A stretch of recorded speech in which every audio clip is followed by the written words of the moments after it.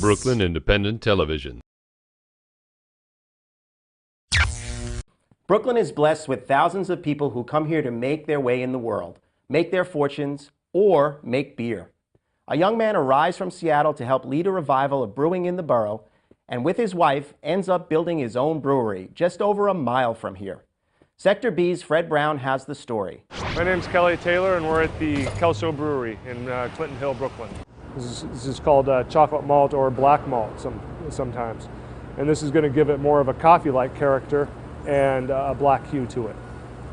This is a fermentation vessel, and we pull samples off this port here to see how the beer is doing during its fermentation cycle.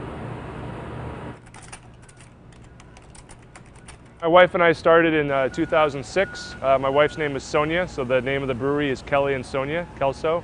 And we wanted to create beers that were interesting and flavorful and fresh and easy to drink for the people of Brooklyn.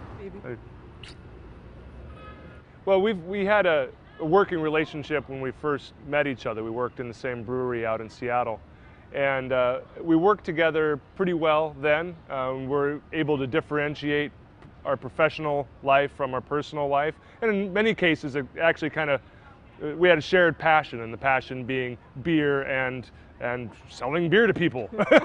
When I was a little girl, did I think, oh, I'm going to grow up and marry somebody and go into business with him? No, but did I meet Kelly and think we could run a business together?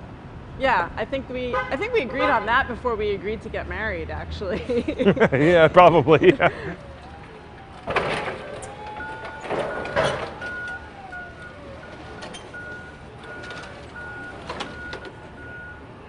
And as to beer helping, I mean, it's, people say that to us a lot when you're wearing a shirt. What does beer help? And our answer is always, what doesn't it help? I think it helps. It helps if you're having a hard day. It helps if you're celebrating something. But more than that, we mean it on a deeper level, that a small business can help its community, and that's something we both feel very passionately about. So it was sort of a play on words for us. Which beer is this? Massive IPA. I think when you're passionate about something and you're passionate about each other, it makes it a lot easier. And it can. A lot of breweries today are starting small and getting bigger. They're not the big macro breweries that you see on TV with 10,000 gallon tanks.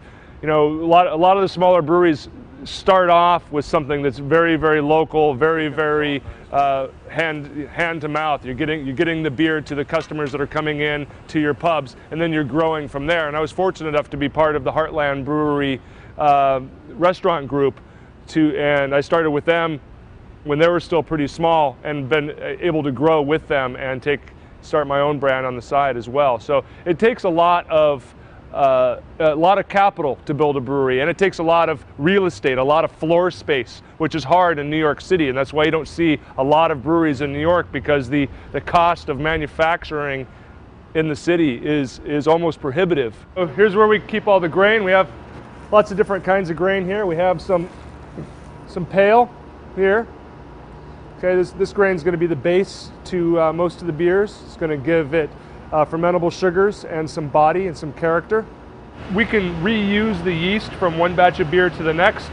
So this scale is telling us how much yeast is in that keg. This is a Kelso IPA. So it's India Pale Ale style, which is very, very hoppy, very citrusy, with a dry back note to it. So it's lots of malts, lots of hops, and packed with flavor. We're doing about 1,000 barrels a month. One of the drawbacks in breweries is the more successful you are, the more equipment you need. So you wind up putting a lot of your profits back into growth. So it's a very capital intensive industry for a relatively low margin.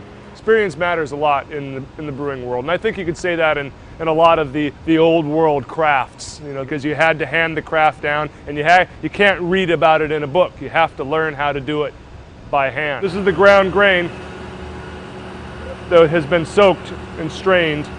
This is called mash. Promoting something like craft beer that has been relatively subdued over the last 30 or 40 years or so, it's really nice to have receptive ears, and I'm getting a lot more of that reception in in Brooklyn than some of the other boroughs. One of the reasons I moved here is because it reminded me a lot more of kind of the West Coast mentality, a lot more neighborhoody, a lot more community focused, and that's something that I can relate to because that's how I grew up. How's it going? Good? Good. Yeah. Well, I'm in the fortunate position of being able to make whatever beer I want to drink. So my favorite is whatever the most recent beer is that we made. So in this case, it's the IPA. Probably in a couple of weeks, it'll be back to the Pilsner, and then the Belgian Pale Ale, maybe the Doppelbock. Download this program's podcast on iTunes. Keywords Brooklyn Independent Television.